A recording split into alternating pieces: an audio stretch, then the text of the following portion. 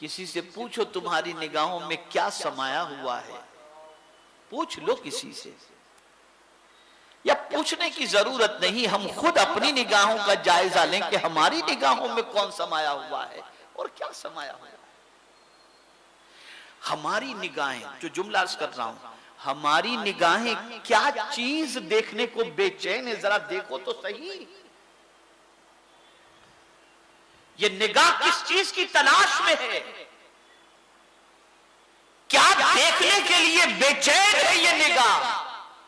जरा अपने अंदर झांक करके तो देखो, नाकामी बिल्कुल वाज़ेह तौर पर नजर आ जाएगी कि हमारी नाकामी की वजह सबसे बड़ी ये है कि न मन पाक, न तन पाक, न निगाह पाक, न जबान पाक, कोई चीज पाक नहीं, सब गंदी।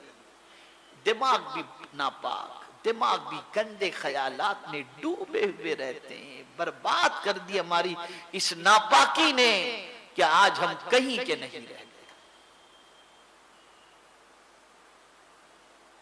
और जब किसी का सरकार सल्लल्लाहु अलैहि वसल्लम से इश्क बेपनाह हो जाता है तो वो अपनी निगाहों के बारे में यही कहता है, कुछ ऐसा कर दे मेरे किरदगार आंखों में, हमेशा नक्श रहे रुए यार आंखों में।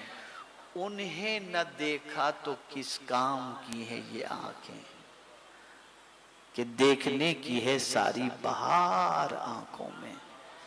ये आंखें तो हुजूर को देखने के लिए हैं। गंदी कर चुकी हमारी कौम, अपनी आंखों को गंदी कर चुकी।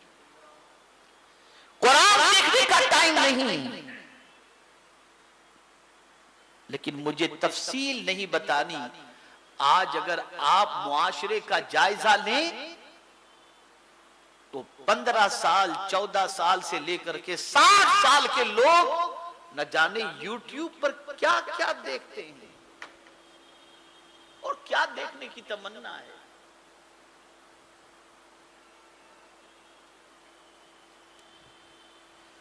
तो कुरान कहता है निगाह को पाक करना, जिस तरीके से दिल को पाक करना है ऐसे निगाह को, इसी तरह से सियासत को भी पाक करने के बारे में फरमाया गया।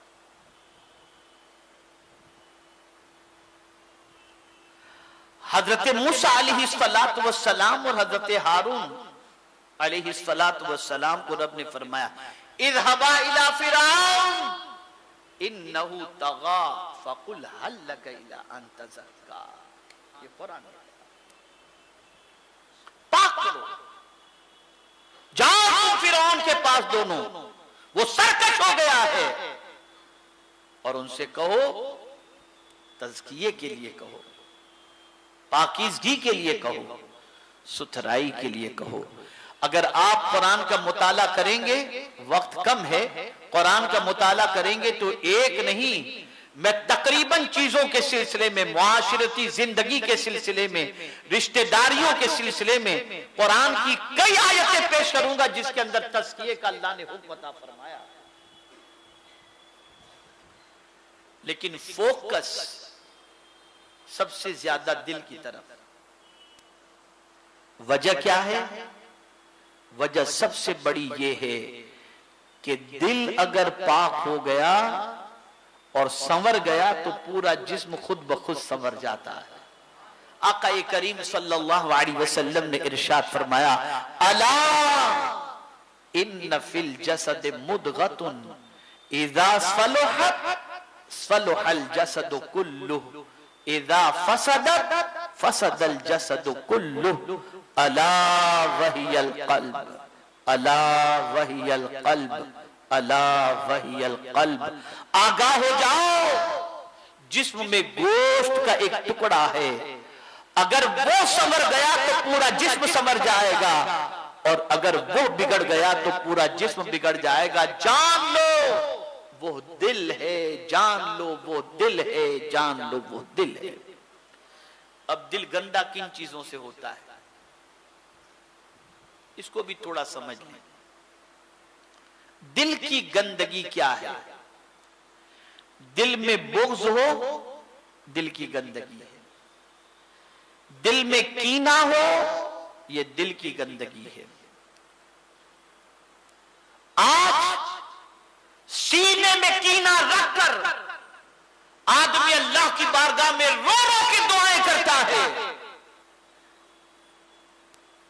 आम दिनों में भी करता है, बड़ी रात में भी करता है, लेकिन सीना गंदा है, दिल गंदा है, कीने से लबरेज है, भरा हुआ है किसी मोमिन के लिए कीने से। अल्लाह उन दुआओं को कबूल नहीं फरमाता, यहां तक कि शबे बारात जिसमें परवरदिगार बनी कल्ब की बकरियों के बालों की तादाद के बराबर अपने बंदों की मगफिरत फरमा देता है, आकाए करीम सल्लल्लाहु अलैहि वसल्लम फरमाते हैं उस रात को अल्लाह उन बंदों की मगफिरत नहीं फरमाता जिन बंदों के सीने में किसी के लिए कीना मौजूद। ऐसी मुकद्दस रात में भी बल्कि फरिश्तों से फरमाता है इनको इनके हाल पे छोड़ दो। हम समझ रहे हैं बड़ी रात में हम दुआ कर रहे हैं, हमारी दुआ अल्लाह कबूल करेगा, लेकिन मन तो पाक करो। यहां से ये बात समझ में आई, हमारी दुआओं की रुकावट के अंदर हमारे दिल की गंदगी भी तो है।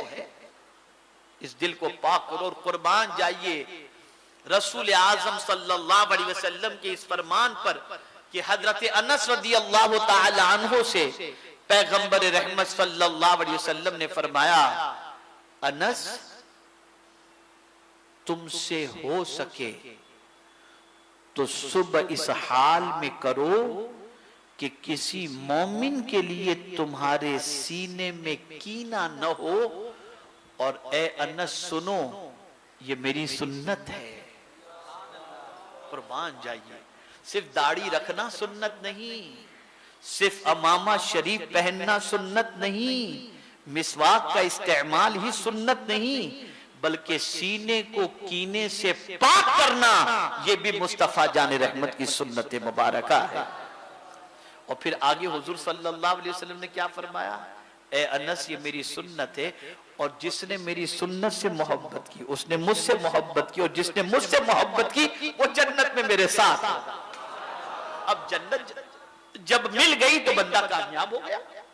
इसलिए कि कुरान कहता है फमन ज़ुहज़िहा अनिन नार व उदखिलल जन्नह फ़क़द फ़ाज़, जो जन्नत में दाखिल कर दिया गया और जहन्नम से बचा लिया गया, बेशक उसने बड़ी कामयाबी हासिल कर ली। यहां से ये बात वाज़ेह तौर पर समझ में आ गई कि मन को पाक किए बगैर कामयाबी मुमकिन है ही नहीं।